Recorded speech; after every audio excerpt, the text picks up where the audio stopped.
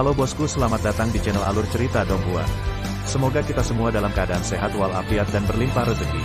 Saat ini Mimin ingin membagikan kembali alur cerita dari film Donghua, Legend of Martial Immortal, dan Mimin ingin mengingatkan bahwa konten ini full spoiler. Sebelum menonton jangan lupa subscribe, like dan komennya. Oh ya, jangan lupa aktifkan juga notifikasinya biar nggak ketinggalan video terbaru. Tanpa basa-basi berlama-lama selanjutnya, yuk kita langsung saja dengarkan cerita terbarunya.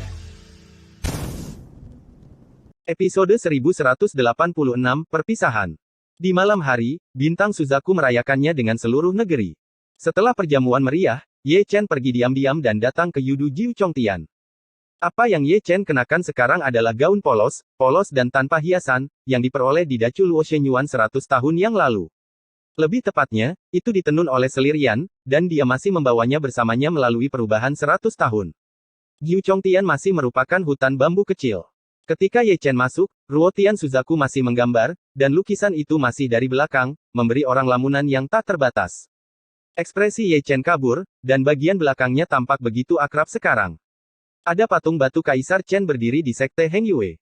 Bagian belakang patung batu itu sangat cocok dengan lukisan Ruotian Suzaku. Di sana sangat ramai, kenapa kamu tidak pergi minum dan datang ke sini? Ruotian Suzaku melirik Ye Chen. Aku pergi. Ye Chen sedikit tersenyum. Aku baru tahu kalau kamu adalah orang yang lewat di Yudu. Ruotian Suzaku tersenyum lembut. Tidak ada pesta yang tidak pernah berakhir. Kapan kamu akan kembali? Aku tidak tahu. Ye Chen tersenyum, mungkin sudah bertahun-tahun, dan ketika Susi kembali lagi, rambutku akan beruban. Kamu harus menjadi orang yang punya cerita. Ruotian Suzaku berhenti menggambar, duduk perlahan, dan secara pribadi menuangkan secangkir teh untuk Ye Chen. Aku belum pernah melihat orang yang baru berusia 100 tahun. Seperti kamu, bahkan debu di tubuhmu, juga ada jejak waktu. Lansia juga punya cerita.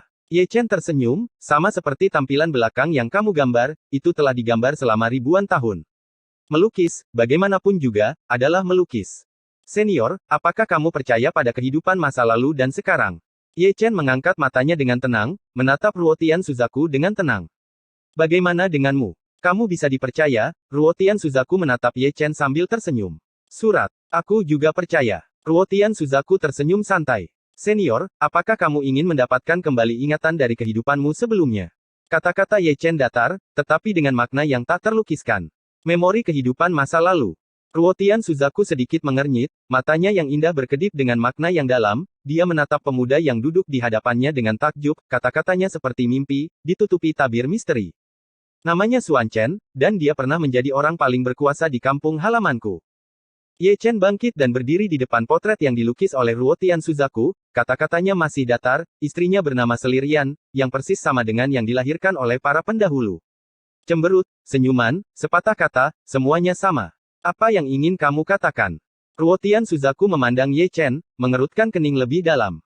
Senior harus memahami bahwa ketika Anda telah mencapai tingkat kultivasi Anda, memiliki mimpi adalah sebab dan akibat. Anda berasal dari Dacu, itu penyebabnya. Impian Anda kembali ke Dacu, itu adalah efeknya. 3000 tahun antara sebab dan akibat Selirian di masa lalu dan sekarang, 3000 tahun kemudian, Ruotian Suzaku 3000 tahun kemudian. Siapa kamu? Ruotian Suzaku bangkit dan menatap Ye Chen tanpa menyipitkan mata. Namaku Ye Chen, dan aku berasal dari Dacu, tempat yang sangat jauh. Suara Ye Chen menjadi sedikit serak, aku datang untuk mencari orang-orang dari kampung halamanku. Tian Xuanyu, Su Xian, dan Xiao Ying semuanya adalah reinkarnasi dari Chu hebat. Ini. Ruotian Suzaku merasa pusing, meskipun dia adalah seorang suci yang melampaui dunia, dia tidak bisa menerimanya. Junior ini akan pergi. Ketika Suzaku terdiam, Ye Chen berbalik dan meninggalkan sebuah batu suci, itu menyegel cahaya peri yang membuka ingatan akan kehidupan sebelumnya. Jika senior mengetahuinya suatu hari nanti, kamu bisa menghancurkannya. Ruotian Suzaku memegang batu suci dan diam-diam menyaksikan kepergian Ye Chen, suasana hati orang suci itu sedikit terganggu. Apa yang dia katakan malam ini benar-benar mengejutkannya. Seorang biksu kecil yang baru berusia 130 tahun memiliki sejarah yang begitu hebat dan begitu banyak rahasia. Karena dia juga mengeluarkan banyak rahasia. Suan Chen, Selirian. Ruotian Suzaku bergumam, tapi dia tidak pernah menghancurkan batu suci itu. Di sini, Ye Chen sudah turun dari 9 surga, menutupi dirinya dengan jubah hitam, dan tidak mengucapkan selamat tinggal pada Xie Yun dan yang lainnya. Dia tidak mengucapkan selamat tinggal, bukan berarti Xie Yun dan yang lainnya tidak tahu. Di puncak gunung spiritual, Xie Yun, Li Xiao, Nian Wei, dan Xiao Ying berdiri di sana, menyaksikan kepergian Ye Chen dengan tenang, semuanya penuh dengan air mata, dan tahun-tahun berlalu, dan dia akhirnya pergi ke jalan sendirian. Begitu kita pergi, kita tidak tahu kapan kita akan bertemu lagi, mungkin sudah 100 tahun sejak kita bertemu lagi. Perpisahan terlalu menyedihkan, ayo pergi. Ye Chen melambaikan punggungnya padanya, seolah-olah dia tahu bahwa Xie Yun dan yang lainnya sedang menatapnya, dengan perubahan dalam senyumnya. Di bawah malam bulan purnama, Ye Chen datang ke Yudu Yizong. Ibu kota terpencil di malam hari masih ramai, dan jalan-jalan penuh dengan orang-orang yang datang dan pergi dengan tergesa-gesa, menunjukkan segala macam hal di dunia, tetapi dia hanyalah orang yang lewat, ditakdirkan untuk penuh dengan debu, dan juga ditakdirkan untuk kesepian dengan punggungnya. Sial, dan dia kehilangan semua darahnya. Sambil berjalan, di pinggir jalan, terdengar suara memarahi ibu, melihat dengan hati-hati, itu adalah Fan Tong dan tetangganya, 9 Zun Huang. Ye Chen tersenyum dan menghilang ke kerumunan. Setelah meninggalkan Yudu, dia terbang ke atas, terbang keluar dari Suzaku Star, dan melangkah ke langit berbintang yang luas. Di langit berbintang, dia berjalan diam-diam. Saya tidak tahu berapa lama sebelum dia mendarat di bintang kuno yang besar. Bintang kuno ini sangat besar, dan lebih dari 90% dari mereka adalah biksu, itu adalah bintang naga Azure dari mantan Raja Naga Azure kedua. Berdiri di puncak gunung, Ye Chen menggunakan metode rahasia evolusi Zhou Tian, tetapi gagal menemukan orang yang bereinkarnasi di King Longsing. Tak berdaya, dia berbalik dan pergi. Selanjutnya, dia terus menghantui bintang-bintang kuno di bidang bintang Tianyuan, seperti bintang Xuanwu, bintang Baihu, bintang Jiaolong, bintang Xiang, bintang Kuiwei, Del. Dia pergi ke 9 bintang kuno semu yang pergi ke bintang Suzaku untuk membuat masalah. Namun, untuk penyesalan Ye Chen, tidak satu pun dari mereka menemukan reinkarnasi Dachu. Selama periode ini, Ye Chen tidak hanya bertanya kepada orang bijak, tetapi dia tidak tahu tentang Dachu, dan dia tidak tahu tentang Kunlun Su. Namun, para dewa pedang di surga memiliki beberapa berita, yang sama dengan apa Ruotian Suzaku tahu, dan itu adalah Ziwei Xing. Malam yang tenang lagi. Ye Chen berhenti di langit berbintang, memegang peta langit berbintang yang rusak di tangannya, yang merupakan hadiah dari Ruotian Suzaku. Di depannya ada lautan bintang, tak terbatas, ini adalah tepi Tianyuan Starfield, melangkah melalui lautan bintang ini, seseorang keluar dari Tianyuan Starfield. Ini terlalu besar. Ye Chen menggaruk kepalanya, dan melihat lautan bintang di depannya sangat kusut, tidak hanya tidak terbatas, tetapi ada banyak keberadaan menakutkan di dalamnya, yang semuanya adalah makhluk aneh yang berkembang biak di langit berbintang. Teman-teman bisa naik feri. Saat Ye Chen sedang berjuang, sebuah suara datang dari jauh. Mendengar ini, Ye Chen mengangkat matanya dan melihat ke kejauhan, ada sebuah perahu kecil yang mendayung di atas lautan bintang, di atasnya ada seorang lelaki tua berjubah. Bagus. Ye Chen melirik lelaki tua itu, dan matanya tertuju pada perahu, itu adalah senjata ajaib yang aneh, dikelilingi oleh cahaya abadi, dan makhluk tak dikenal di lautan bintang akan menghindarinya. Teman kecil bisa naik feri. Ketika Ye Chen bergumam, perahu itu mendekat dengan sangat cepat, tetapi lelaki tua itu lembut dan baik hati. Senior, berapa lama untuk sampai ke sisi lain dari lautan bintang? Tanya Ye Chen. 30.000 batu sumber, 3 hari sudah cukup.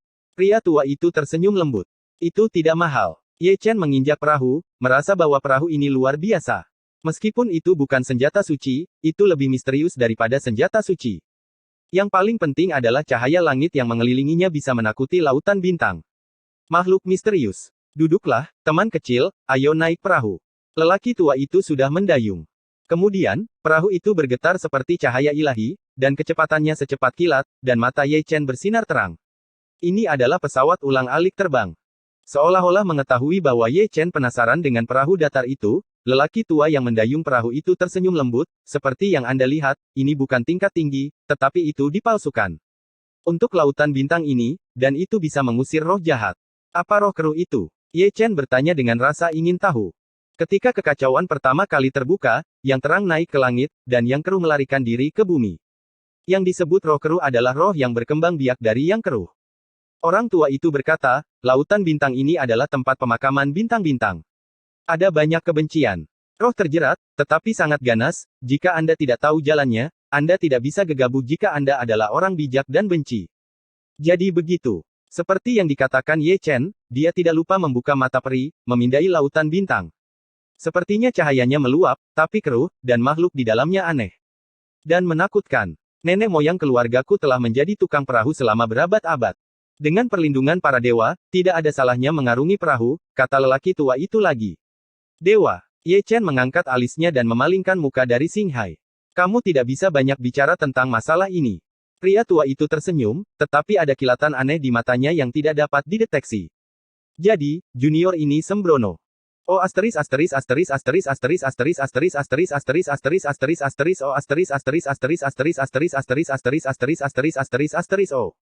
Episode 1187, Gulungan Yiren. Langit berbintang itu dalam dan luas. Di lautan bintang yang tak terbatas, sebuah perahu kecil melintasi lautan bintang secepat pesawat terbang. Setelah beberapa waktu, perahu berhenti di lautan bintang.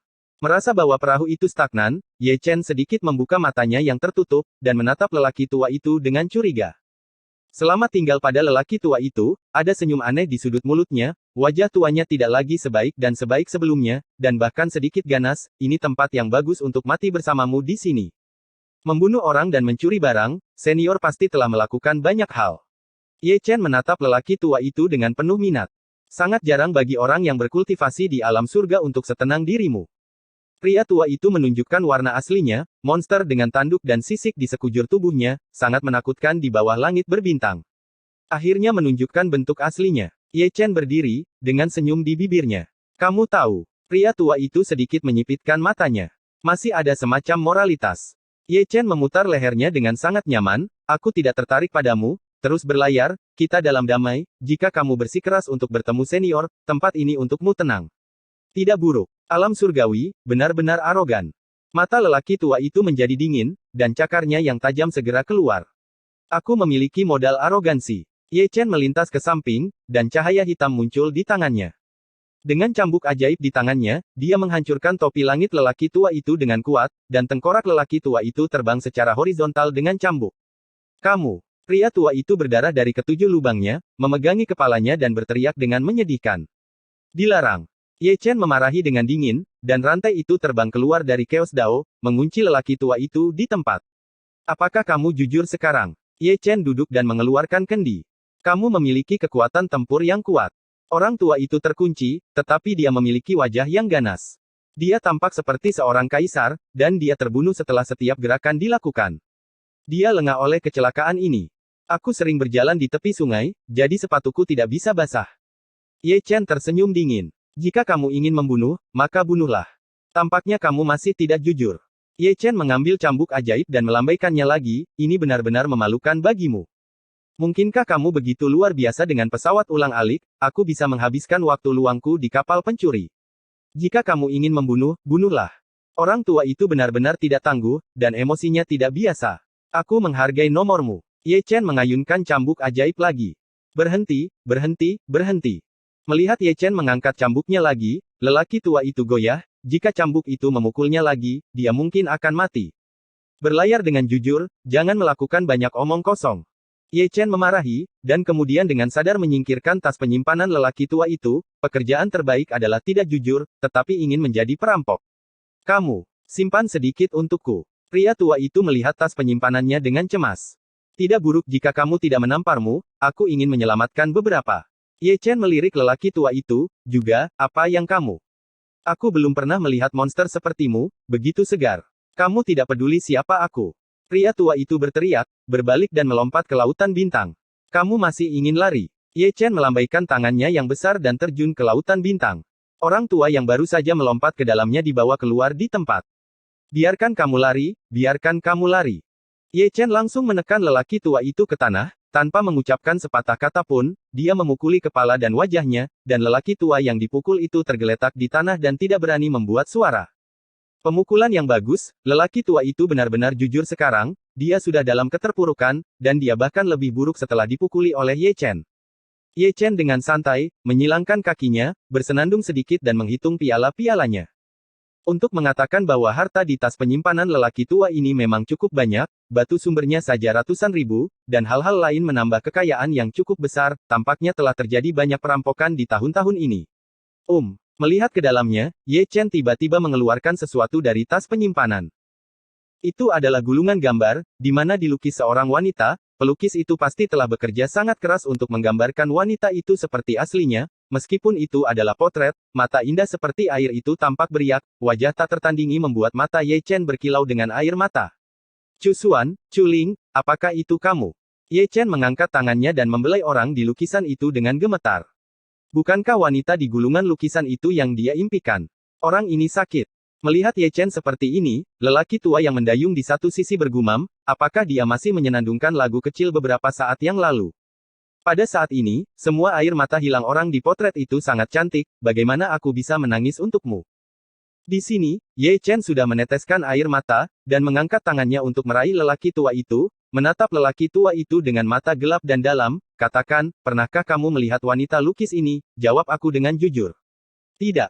Aku belum pernah melihatnya sebelumnya, lelaki tua itu buru-buru berkata, mungkin mata Ye Chen begitu menakutkan sehingga seluruh tubuhnya gemetar. Lalu dari mana potret ini berasal? Melihat lelaki tua itu tidak berbohong, Ye Chen bertanya lagi dengan tajam. Aku mengambilnya. Suara lelaki tua itu bergetar. Di mana kamu mengambilnya dan kapan kamu mengambilnya? 30 tahun yang lalu, saya memungutnya di langit berbintang, kata lelaki tua itu, tidak lupa menunjuk ke langit berbintang jauh di depan, tahun itu, banyak harta melayang entah dari mana. Orang-orang tua itu mengambil potret ini dan diburu selama lebih dari 80.000 li. 30 tahun yang lalu, Ye Chen sedikit mengernyit. 30 tahun yang lalu dia masih berada di lubang hitam angkasa. Semua yang saya katakan itu benar. Teruslah mendayung, jauhi lautan bintang, dan bawa aku ke langit berbintang itu. Ye Chen melepaskan lelaki tua itu dengan enteng. Seolah-olah telah diampuni, lelaki tua itu bersembunyi di haluan perahu untuk mendayung. Ye Chen terdiam, memegang potret itu sepanjang jalan, matanya redup oleh air mata yang tersisa. Itu adalah kecelakaan melihat potret Chu Xuan atau Chu Ling di sini, dan itu juga membuatnya sangat bersemangat. Ini membuktikan bahwa salah satu dari mereka memang telah bereinkarnasi di surga dan 10.000 alam, dan tidak menghilang dalam siklus kematian. Reinkarnasi. Lebih cepat. Melihatnya, Ye Chen mau tidak mau berkata dengan suara rendah. Mendengar ini, lelaki tua itu tidak berani berbicara, darahnya melonjak, dia mendayung dengan putus asa, dia hanya ingin mengirim Ye Chen keluar dari lautan bintang ini secepat mungkin, dan kemudian membawanya ke langit berbintang itu. Dia tidak ingin melihat roh jahat ini lagi. Perahu datar itu seperti cahaya peri, dan kecepatannya sangat cepat, menyebabkan banyak gelombang di sepanjang jalan, menyebabkan makhluk-makhluk di lautan bintang membuat kekacauan, tetapi mereka tidak berani mendekati langit yang terbang. Pesawat ulang-alik. Pada hari ketiga, perahu mencapai sisi lain dari Xinghai. Ye Chen menyingkirkan gulungan itu, dan juga dengan sadar menyingkirkan Fei Tianzuo. Orang tua itu merasa sakit saat melihatnya, tetapi karena kekuatan Ye Chen, dia tidak mengatakan apa-apa. Memimpin. Ye Chen melirik pria tua itu, matanya sangat tajam. Orang tua itu tidak punya pilihan selain terbang ke satu sisi, diikuti oleh Ye Chen, dan kecepatan keduanya sangat cepat. 9 jam kemudian, keduanya berhenti di langit berbintang satu demi satu. Langit berbintang ini sangat kosong, tidak sedikit pasir isap, tetapi tidak sedikit meteorit, apalagi bintang purba dengan kehidupan. Ketika dia membawanya ke tempat itu, lelaki tua itu melarikan diri. Melihat ini, Ye Chen segera mengangkat tangannya, dan lelaki tua yang menyelinap keluar sesaat, dibawa kembali olehnya di detik berikutnya. Aku sudah membawanya, apa lagi yang kamu inginkan? Pria tua itu memandang Ye Chen dengan ngeri. Apakah kamu tahu orang-orang yang berpartisipasi dalam perampokan harta karun 30 tahun yang lalu? Ye Chen menatap lelaki tua itu tanpa menyipitkan mata. Sebenarnya ada dua, satu disebut leluhur tua Huatian, dan yang lainnya adalah Yan Cixia, seorang lelaki tua yang bau. Orang itu adalah yang paling penuh kebencian, dan dia mengejarku dengan paling ganas, kata lelaki tua itu, masih penuh kebencian. Kesal. Patriark Huatian dan Yan Cixia, apakah kamu tahu asal-usul mereka? Ye Chen bertanya dengan enteng. Aku tidak tahu. Kamu bisa pergi sekarang. Oh asteris asteris asteris asteris asteris asteris asteris asteris asteris asteris asteris asteris oh asteris asteris asteris asteris asteris asteris asteris asteris asteris asteris asteris oh. Episode 1188, melihat Buddha lagi. Mendengar ini, lelaki tua itu lari tanpa mengucapkan sepatah kata pun, dan menghilang dalam sekejap mata. Ye Chen tidak menghentikannya, dan dia tidak akan pernah membahayakan orang tua itu lagi. Kali ini Xinghai bertemu dengan lelaki tua itu karena sebab dan akibat, karena lelaki tua itu dia bisa melihat gulungan gambar, karena ada sebab, pasti juga ada hasil yang baik. Berjalan di langit berbintang, Ye Chen melihat sekeliling, tetapi tidak melihat ada yang salah. Pada titik tertentu, dia berhenti, membuka mata peri, menatap gulungan gambar, dan menggunakan mata peri untuk melakukan evolusi Zutian. Orang yang menggambar lukisan ini adalah seorang biksu, dan ada sedikit jejak jiwa di dalamnya, yang agak mirip dengan alkimia. Anda tidak dapat menemukan petunjuk di langit berbintang, dan Ye Chen juga dapat menemukan petunjuk melalui gulungan itu. Segera, Ye Chen melihat sosok kabur, yang begitu buram sehingga dia tidak bisa melihat wajah aslinya dengan jelas. Melihat ini, Ye Chen mengeluarkan kicauan lembut di dalam hatinya, dan mengumpulkan kekuatan murid roda peri untuk mengaktifkan teknik rahasia evolusi Zhou Tian lagi, mencoba melihat sekilas melalui sosok buram, evolusi Zhou Tian juga berjalan cepat. Di matanya, menyimpulkan identitas orang itu. Menabrak, menabrak. Gulungan itu bergetar dan bergetar. Kemudian, cahaya peri samar muncul, menutupi permukaan gulungan gambar, dan sosok kabur itu menjadi semakin kabur oleh cahaya peri ini, seperti mimpi, bahkan kurang nyata. Tidak baik. Menonton dan menghitung, ekspresi Ye Chen tiba-tiba berubah, dan dia buru-buru menarik mata peri dan kekuatan magisnya. Namun, dia masih lambat, Shenhai meraung, dan seteguk darah menyembur keluar dengan liar. Melihat mata kirinya lagi, darah hitam mengalir dari sudut matanya, seolah-olah dia melihat sesuatu yang seharusnya tidak dia lihat, menyentuh keberadaan yang kuat yang tidak boleh disentuh, dan dihantam keras oleh kekuatan misterius di gelap. Mata abadi diserang balik dan disegel sendiri. Itu adalah Kaisar Semu. Ye Chen terhuyung-huyung, wajahnya pucat, darah menyembur keluar dari mulutnya, dan dia tahu bahwa orang yang menggambar lukisan ini adalah seorang Kaisar Semu. Zundi, eksistensi tertinggi, orang seperti itu, meski itu lukisan, tidak semua orang bisa mengintipnya. Ye Chen hari ini adalah contoh berdarah, hanya dengan mengintip, mata peri diserang balik dan dia memproklamirkan diri, dan dia juga terkena kekuatan gelap, dan hampir musnah di tempat. Tanpa banyak berpikir, Ye Chen buru-buru duduk bersila, tubuhnya sudah berlumuran darah. Melihat dengan hati-hati, tubuh Ye Chen dikelilingi oleh prinsip-prinsip Tao yang tidak dapat dijelaskan, yang mengikat Tao-nya dan menghancurkan akarnya. Itulah cara Kaisar Zun. Ye Chen mengintip Kaisar Zun, dan cara Kaisar Zun kembali. Dia perlu menekan dengan cara ini, jika tidak dia akan terluka lebih dalam. Ini adalah celah antara alam surga dan Zundi. Modao, buka. Sambil menutup matanya, Ye Chen mengeluarkan omelan dingin, membuka jalan ajaib, memberkati jalannya sendiri yang kacau, dan dengan gila menekan jalan Kaisar Zun. Langit berbintang menjadi sangat sunyi dan kosong. Langit berbintang ini terlalu luas, jika Anda tidak melihat dengan hati-hati, Anda masih tidak tahu orang yang duduk bersila di langit berbintang ini. Setelah beberapa waktu, tidak ada yang menginjakkan kaki di langit berbintang ini. Melihat jauh, itu adalah seorang Buddha, mengenakan jubah, menginjak cahaya Buddha, memegang tongkat Zen di satu tangan, dan rosario di tangan lainnya, harta karun itu khusyuk, seperti Buddha suci, bersinar di luar langit berbintang. Dari kejauhan, Sang Buddha melihat Ye Chen. Sihir. Sang Buddha bergumam pelan, dan alis Buddha sedikit mengernyit, seolah-olah dia telah melihat melalui cara ajaib Ye Chen. Segera, Sang Buddha mengorbankan rosario dan menggantungnya di atas kepala Ye Chen, memancarkan cahaya terang Buddha. Kemunculan kekuatan transformasi yang tiba-tiba membuat ekspresi Ye Chen dengan mata tertutup tiba-tiba menyakitkan sebelum dia membuka matanya, seteguk darah menyembur keluar, dan jalan semi-kaisar mendatangkan malapetaka, hampir menyebabkan tubuh sucinya runtuh. Biksu suci itu juga seorang master Taoisme, dan dia diam-diam merencanakan seperti ini. Ye Chen menatap Buddha dengan dingin. Saya memiliki takdir pertemuan dengan dermawan, dan saya ingin menyeberang dermawan keluar dari lautan penderitaan. Buddha tersenyum ramah, dan suara Buddha seperti Hong Zhongdalu. Bantu aku keluar dari lautan penderitaan. Kata-kata ini sangat bagus. Ye Chen berdiri terhuyung-huyung dan menatap Buddha dengan mencibir. Mungkin dia terlalu kesakitan, dan wajahnya masih sedikit ganas. Saya memiliki takdir pertemuan dengan dermawan, dan dermawan juga memiliki takdir pertemuan dengan Buddha. Saya akan mengikuti biksu tua ke bintang Buddha untuk menyingkirkan pikiran jahat iblis Anda, sehingga buah karma dapat dicapai lebih awal. Sang Buddha berkata lagi, dan kata-katanya membawa suara Buddhis yang tak tertahankan. Bintang Buddha. Ye Chen mengerutkan kening, menatap Buddha sedikit, dan bergumam di dalam hatinya, apakah dia Fatong? Sang dermawan tidak ragu, biksu tua itu memang seorang guru Dharma. Sang Buddha tersenyum ramah. Mampu membaca pikiran orang. Ye Chen mengerutkan kening lagi. Dia bisa membaca pikiran orang, dan jalan dharmanya tidak dangkal. Buddha seperti ini pasti telah mengembangkan pikiran kebijaksanaan Buddha. Hal yang paling menakutkan adalah dia adalah bukan orang bijak biasa. Biksu suci akan kembali lagi. Ye Chen lari tanpa berpikir. Penolong, lautan penderitaan tidak terbatas, tetapi itu adalah pantai. Melihat Ye Chen melarikan diri, Fatong mengejarnya dengan menginjak cahaya Buddha. Itu kalimat yang sama lagi. Ye Chen mencibir, tetapi dia tidak berani mengendur, dia hanya disalahkan karena moralitasnya yang rendah, jika dia juga seorang sok bijak, dia pasti akan kembali dan bertengkar hebat dengan Fatong, dan mengobrol baik tentang apa yang disebut agama Buddha.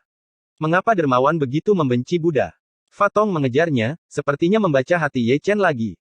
Sudahlah urusanmu. Ye Chen memarahi secara langsung, bagaimanapun, Fatong bisa membaca kata-kata pikiran, jadi tidak ada perbedaan antara apa yang dia pikirkan dan apa yang dia tegur. Fatong tersenyum dan tidak mengatakan apa-apa lagi. Segera dia mengangkat tangannya dan berubah menjadi segel Buddha, menutupi langit berbintang. Jejak tangan Buddha penuh dengan cahaya Buddha, setiap helai sangat terang, dan setiap helai seberat gunung. Ekspresi Ye Chen berubah, dia tiba-tiba berbalik, dan meninjunya. Namun, serangan puncak dari Bahuang Fist tidak menimbulkan gelombang apapun, dan yang terkena segel Buddha terbang keluar. Ini benar-benar bukan orang bijak biasa. Ye Chen menghentikan sosoknya dan darah menyembur keluar dari mulutnya di puncak alam surga, dia bisa bersaing dengan orang bijak biasa, tapi dia benar-benar dikalahkan oleh satu gerakan di tangan Fatong. Buddha saya berbelas kasih. Fatong datang dari langit, dan cahaya Buddha menyilaukan. Kasihanilah. Ye Chen mendengus dingin, menguatkan tubuhnya, dan melarikan diri lagi.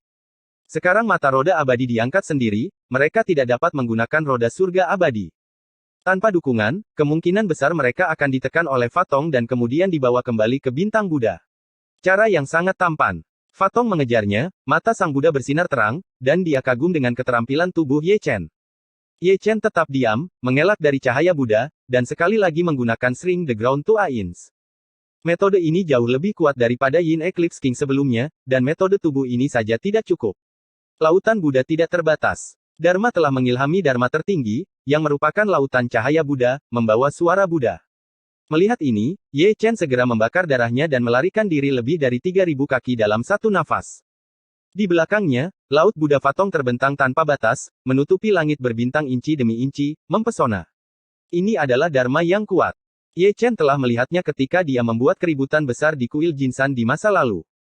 Kali ini, perapal mantra adalah guru Dharma, dan itu bahkan lebih kuat dan menakutkan. Setelah ditelan, itu kemungkinan besar akan diselamatkan. Hukum yang luar biasa. Ye Chen memancarkan cahaya dingin, dan terbang dengan gila-gilaan, tetapi melihat ada juga cahaya Buddha yang bersinar di depannya, dan Dharma Tong lainnya muncul. Tidak ada batasan untuk lautan kepahitan, berbaliklah dan jadilah benar. Dharma Tong itu juga penuh dengan cahaya Buddha, dan ketika dia mengangkat tangannya, ada lautan Buddha lainnya. Membuka. Ye Chen masuk seperti naga yang membubung ke langit, dengan satu pukulan, dia menggabungkan prinsip Taoisme, kekuatan darah dan banyak kekuatan mistik, dan memasuki lautan Buddha. Ledakan. Langit berbintang meledak, Ye Chen baru saja masuk, dan dikirim terbang keluar, tulang tinjunya retak. Tubuh Buddha. Ye Chen terhuyung-huyung, menatap tajam ke arah Fatong di depannya. Dia sebenarnya sekuat Fatong sendiri. Ini bukan tiruan atau inkarnasi, tetapi teknik rahasia yang kuat mirip dengan transformasi 3 pembersihan dalam satu tarikan napas. O asteris asteris asteris asteris asteris asteris asteris asteris asteris asteris asteris asteris O asteris asteris asteris asteris asteris asteris asteris asteris asteris asteris asteris O. Episode 1189, Avatar menyelaraskan orang suci. Buddha saya berbelas kasih. Ketika Ye Chen terhuyung-huyung, 2 Fatong datang dari kedua sisi, menghalangi Ye Chen di tengah. Persetan dengan belas kasihanmu. Ye Chen mendengus dingin, dan dengan paksa menopang penglihatan yang kacau. Mungkin karena dia masih menderita serangan balik dari Kaisar Semu, penglihatannya yang kacau hancur, dan dunia segala sesuatu mati dan sunyi. Mengapa? Melihat bahwa Ye Chen masih melawan, kedua Fatong itu menghela nafas pada diri mereka sendiri dan menggenggam tangan mereka. Om, Yah, Apa, Bah, Mo, Ham. Segera, suara Buddha kuno terdengar, seperti Hongzong Dalu, agung dan panjang, dengan kekuatan ilahi yang tak tertahankan, satu demi satu kitab suci Buddha muncul, terhubung ke dalam kitab suci, dan mengelilingi tubuh Ye Chen. Dengan baik, Ye Chen memeluk kepalanya, dan mantra pemurnian Tathagata matahari besar kuasi bijak sangat mendominasi, membuatnya merasa seperti dewa. Dia selalu dijaga oleh jiwa naga leluhur yang maha kuasa dan dewa penciptaan, tetapi dia tetap tidak bisa. Menolak kekuatan transformasi. Ledakan. Dunia kacau yang rusak runtuh, tubuh Ye Chen juga terbelah, dan darah suci menyembur keluar. Gengsi kuasi Sage sangat kuat. Ye Chen tidak berdaya untuk melawan, tetapi matanya yang abadi dan Kaisar Semu yang ditunjuk sendiri membalas. Bukan saja dia tidak berada di puncaknya, tetapi dia berada di ambang kehancuran. Apa yang bisa dia gunakan untuk melawan kuasi bijak yang sebanding dengan orang suci? Buddha saya berbelas kasih. Kedua Fatong mengangkat tangan mereka, dan berubah menjadi lonceng emas, yang turun dari langit dan menutupi Ye Chen. Namun, pada saat ini, cahaya langit terbang keluar dari tubuh Ye Chen, dan berubah menjadi bayangan kabur, mengenakan pakaian putih lebih baik dari salju, tidak ternoda debu, dipenuhi dengan cahaya, suci dan tanpa cacat, dengan penampilan tiada taraf. Ruotian Suzaku. Ye Chen mengenali siapa itu adalah Ruotian Suzaku, lebih tepatnya, itu adalah inkarnasi dari Ruotian Suzaku. Ye Chen terhuyung berdiri, tidak menyadari bahwa Ruotian Suzaku meninggalkan sinar inkarnasi untuk melindunginya. Ledakan. Ketika Ye Chen tertegun, Suzaku melambaikan tangannya dalam inkarnasinya, dan tangan batu giok kristalnya menyapu langit, menyapu lonceng emas Lingtian itu. Santo. Kedua Dharmatong terguncang kembali dengan sendirinya, dan mata Buddha cerah, seolah-olah mereka bisa melihat tingkat kultivasi dari inkarnasi Suzaku. Berjalan. Inkarnasi Suzaku menceritakan sebuah kata dengan ringan, tapi dia mengatakannya pada Ye Chen. Terima kasih, senior. Ye Chen dengan paksa menghentikan sosoknya, menyeret tubuhnya yang rusak, dan melarikan diri ribuan kaki dalam satu langkah, dan melarikan diri dari pengepungan dua Fatong, tetapi dia dalam kondisi yang sangat buruk, dan cahaya suci di tubuhnya benar-benar dimusnahkan. Melihat hal itu, kedua Fatong itu mengangkat kaki dan mengejarnya. Avatar Suzaku juga bergerak, dan dengan gerakan besar, itu memblokir dua jalur Dharma, dan tangan batu giok kristal menyapu lagi, menjatuhkannya kembali. Dermawan, mengapa menghalangi biksu tua itu?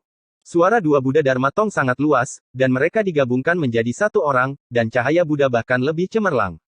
Inkarnasi Suzaku tetap diam, dan hanya berdiri di sana seperti ratu yang tiada taranya, menghalangi Fatong di langit berbintang. Fatong menghela nafas gelap, dan datang dengan tongkat Zen di tangannya. Dengan satu tongkat, dia menyerang galaksi, menggambar busur terang di langit berbintang. Pukulan ini tiada taranya, dan langit berbintang bergetar. Suzaku berubah menjadi metode rahasia dan menciptakan lautan dongeng dengan satu tangan. Ledakan.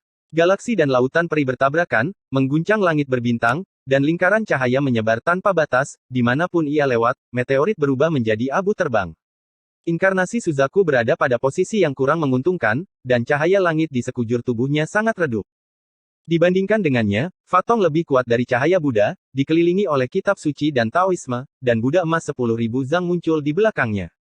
Ruotian Suzaku adalah seorang suci, tetapi itu hanya inkarnasi melawan Fatong, jauh dari memiliki kekuatan tempur seorang suci. Jika dia bisa melawan Fatong dua kali, inkarnasi Suzaku ini dianggap luar biasa. Wan Fo Chao Zong.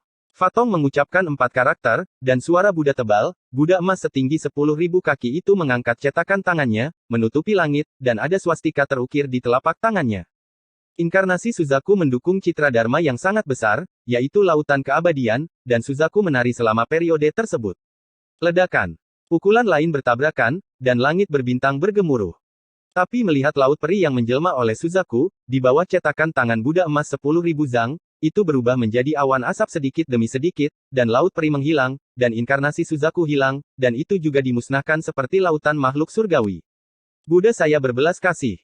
Menyaksikan akhir yang ramai, Fatong mengambil kekuatan magis dan Buddha emasnya, dan melihat ke arah di mana Ye Chen melarikan diri. Mengapa? Sambil menghela nafas, Fatong berbalik perlahan, dan jalan cahaya Buddha membentang tanpa batas, dia berjalan ke arah pelarian Ye Chen di jalan itu. Di langit berbintang, Ye Chen tersandung. Kondisi Ye Chen sangat buruk saat ini, berlumuran darah, cahaya ilahi seluruh tubuhnya telah benar-benar dimusnahkan, dan reaksi Kaisar Zun masih menyiksanya, seolah-olah dia ingin menelannya sebelum semuanya berakhir. Menyusut menjadi 1 inci. Visi Ye Chen kabur, dan suaranya serak dan lelah. Ketika inkarnasi Suzaku bertarung dengan Fatong, dia datang jauh-jauh seperti ini, dia hanya tahu bagaimana menggunakan teknik pelarian rahasia secara gila-gilaan, dan dia hanya ingin menjauh dari langit berbintang, karena dia tahu bahwa inkarnasi Suzaku tidak bisa menahan diri terlalu lama. Gumpalan pasir tipis bertiup di langit berbintang, dan dia jatuh ke arah bintang kuno.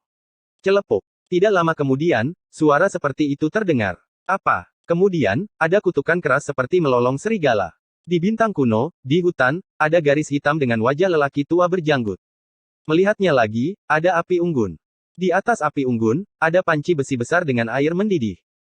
Sedangkan untuk panci besi besar, yang direbus bukanlah daging, melainkan Ye Chen yang jatuh dari langit. Sungguh kebetulan Ye Chen jatuh dan menabrak panci besi besar tanpa memihak ketika orang sedang menyiapkan panci untuk merebus daging. Nenekmu. Pria tua berjanggut itu mengutuk, menggulung lengan bajunya, dan mengangkat Ye Chen di tempat. Tinggi sekali, maukah kamu jatuh sampai mati? Suara lain terdengar, itu adalah seorang pemuda dengan seorang lelaki tua berjanggut, dia seharusnya seorang sarjana, karena dia membawa sebuah buku di punggungnya, dan dia terlihat sangat anggun. Kamu pantas mendapatkannya jika kamu jatuh sampai mati. Ini sepanci sup yang enak. Pria tua berjanggut itu melompat setinggi 3 kaki. Lihat dirimu, aku marah lagi. Sarjana itu melirik pria tua berjanggut itu, lalu datang ke sisi Ye Chen, meletakkan jarinya di depan hidung Ye Chen, dan ketika dia melihat bahwa dia masih bernafas, dia mengambil keluarkan botol air dan tuangkan ke mulut Ye Chen irigasi, alhamdulillah, masih ada nafas, sayang sekali mati. Hah! Pria tua berjanggut yang meniup janggutnya dan menatap saat-saat terakhir menghela nafas ringan saat ini. Itu seorang biksu. Pria tua berjanggut itu menarik cendekiawan itu ke samping, dan bersandar di depan Ye Chen, hidungnya berkedut, dan dia mencium bau seluruh tubuh Ye Chen, sungguh darah yang murni. Ini kompensasi untuk menghancurkan sepanci daging yang enak padaku. Mengatakan itu, pria tua berjanggut itu menarik tas penyimpanan Ye Chen. Bawa padaku. Sarjana itu bergegas maju, mengambil tas penyimpanan, dan mengembalikannya ke pelukan Ye Chen. Kemudian dia tidak lupa melirik pria tua berjanggut itu, kamu disebut perampok. Dia masih menghancurkan sepanci daging padaku. Pria tua berjanggut itu memarahi. Kalau dagingnya sudah habis, kamu bisa merebusnya lagi. Ini bukan alasan kamu mencuri uang orang. Mencuri uang orang itu salah, apalagi orang yang masih koma. Uang, dan Anda mendapatkannya dengan cara yang tepat. Anda adalah orang yang mengolah Tao. Anda tidak dapat memanfaatkan bahaya orang lain seperti ini, dan orang bijak akan memberitahu Anda. Berhenti, berhenti. Sebelum cendekiawan itu selesai berbicara, lelaki tua berjanggut itu berhenti dan menjulurkan telinganya dengan keras, aku sudah menjadi orang suci sepanjang hari, dan aku tidak melihat seorang juara, jadi kepalaku berdengung. Itu membuat keributan seperti itu, dan mulai marah lagi. Aku mohon, tolong berhenti sebentar. Pria tua berjanggut itu hampir berlutut saat mengatakan itu. Tidak apa-apa jika saya tidak mengatakan apa-apa, Anda mengikuti saya untuk menyelamatkan istri saya. Cendekiawan itu berkata, seharusnya menjadi tugas Anda untuk melenyapkan setan dan membela Tao. Berhentilah membuat masalah, iblis gunung hitam tua itu ganas. Pria tua berjanggut itu terbatuk dengan tangan di tangannya, selain itu, istrimu juga iblis, iblis rubah berekor 9. Oh asteris asteris asteris asteris asteris asteris asteris asteris asteris asteris asteris asteris oh asteris asteris asteris asteris asteris asteris asteris asteris asteris asteris asteris oh. Episode 1190, Pemulihan Diri. Langit malam sangat dalam, bintang yang pecah seperti debu. Hutan gunung bintang kuno penuh dengan bau daging. Pria tua berjanggut itu menyalakan api unggun, menyiapkan panci besi, dan menggantinya dengan panci berisi daging rebus segar. Melihat cendekiawan itu lagi, dia baik hati, dia terus menuangkan air ke tubuh Ye Chen dengan botol air, dan terkadang meletakkan handuk basah di dahi Ye Chen, dia memang orang yang membaca buku bijak sejak kecil. Dia seorang biksu, kamu berguna. Pria tua berjanggut yang sedang makan cegukan datang sambil mengertakkan gigi. Kamu adalah seorang beku, kamu membantunya, kata orang bijak, menyelamatkan 1 nyawa lebih baik daripada menciptakan 7. Tolong, tolong, tutup mulut untukku. Pria tua berjanggut itu menarik cendekiawan itu ke samping, lalu berjongkok di depan Ye Chen, membuka matanya, dan menatap horoskop Senhai Ye Chen. Sungguh cara yang kuat. 3 atau 2 detik kemudian, lelaki tua berjanggut itu mau tidak mau mengelus janggutnya. Tapi masih ada bantuan. Sarjana itu bertanya dengan tergesa-gesa. Cobalah. Pria tua berjanggut itu membalik tangannya dan mengeluarkan jimat Tao, diikuti oleh serangkaian mantra yang tidak dapat dipahami oleh para sarjana, dan akhirnya menempelkan jimat Tao di alis Ye Chen. Apakah ini akhirnya? Sarjana itu melirik lelaki tua berjanggut itu. Entah itu berkah atau kutukan tergantung nasibnya. Pria tua berjanggut itu pergi. Mau kemana? Melihat lelaki tua berjanggut itu hendak pergi, cendekiawan itu buru-buru melangkah maju dan menangkapnya. Seru, kamu tidak bisa pergi. Jika kamu pergi, siapa yang akan menyelamatkan istriku? Cendekiawan itu menariknya lebih erat, kamu adalah seorang kultivator, dan adalah tugasmu untuk melenyapkan setan dan membela Tao. Kamu tidak boleh membiarkan setan menyakiti orang biasa.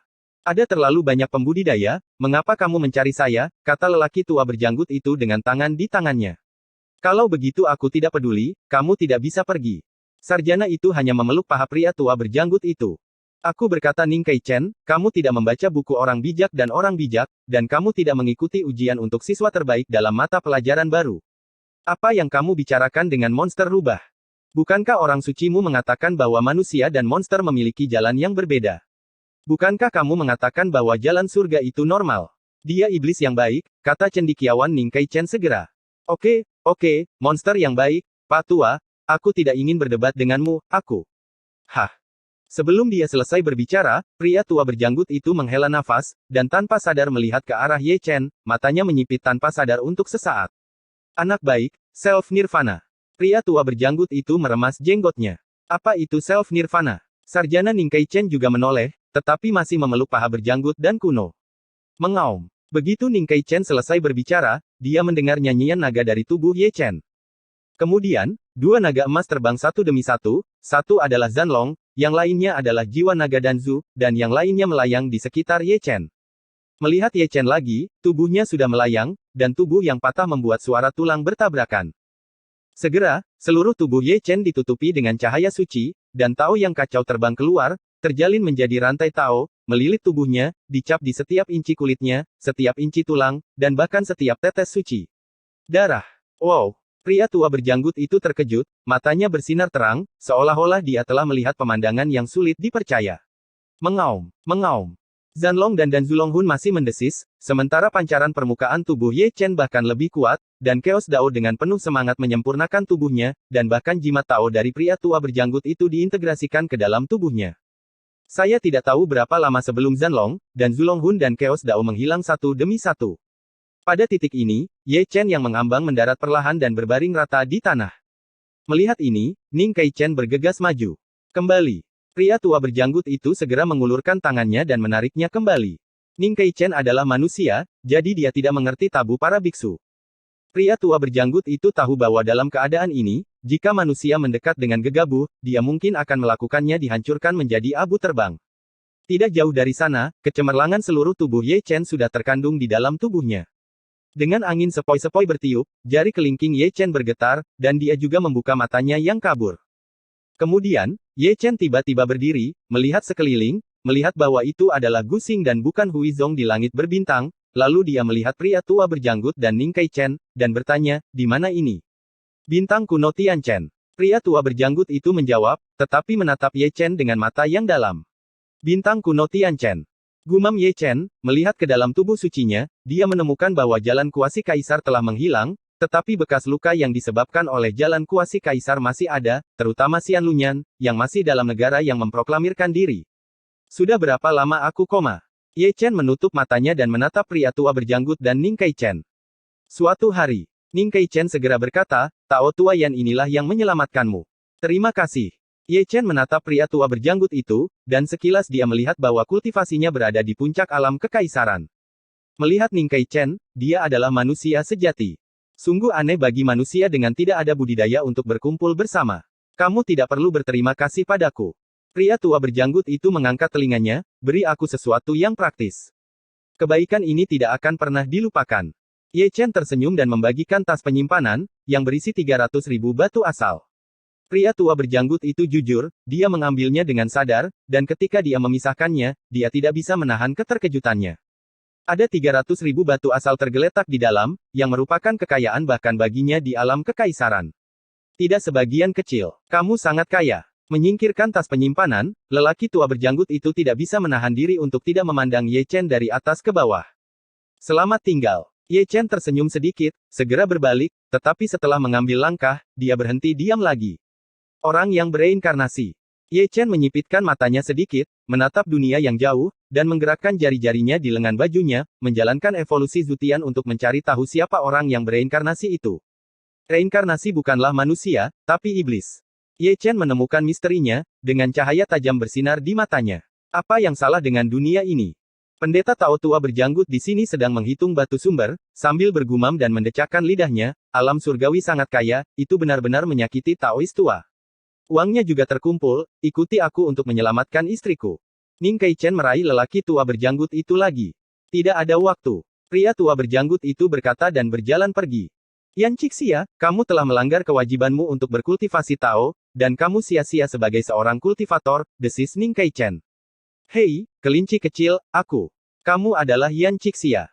Sebelum lelaki tua berjanggut itu selesai berbicara, Ye Chen berdiri di depannya seperti embusan angin sepoi-sepoi, menatap lelaki tua berjanggut itu dengan sepasang mata gelap dan dalam, yang membuat orang berbulu. Apakah ada masalah? Pendeta Tao tua bernama Yan Cixia mengangkat alisnya. 30 tahun yang lalu, di langit berbintang ini, apakah kamu berpartisipasi dalam gelombang perampasan senjata dan rahasia sihir? Ye Chen masih menatap Yan Cixia tanpa menyipitkan mata, berharap lelaki tua di depannya akan memberinya jawaban yang pasti. 30 tahun yang lalu. Yan Cixia menggosok dagunya, sepertinya ada hal seperti itu. Sayang memikirkannya. Itu karena aku pergi sangat terlambat, aku tidak menangkap apa-apa, dan aku mengejar monster untuk lebih dari 80.000 yuan. Li, aku biarkan dia lari, jika kamu mengatakan orang itu berlari sangat cepat. Aku belum pernah melihat seseorang berlari begitu cepat. Senior, apakah kamu tahu dari mana harta itu berasal? Ye Chen buru-buru bertanya setelah Yan Cixia selesai berbicara. Langit berbintang timur, aku tidak tahu di mana itu. Aku mendengar ada kekacauan di langit berbintang itu, dan perkelahian besar terjadi. Senior telah melihat wanita dalam potret ini. Ye Chen mengeluarkan gulungan itu, memegang bagian atasnya dengan satu tangan, dan menggantungnya secara vertikal di depan Yan Cixia.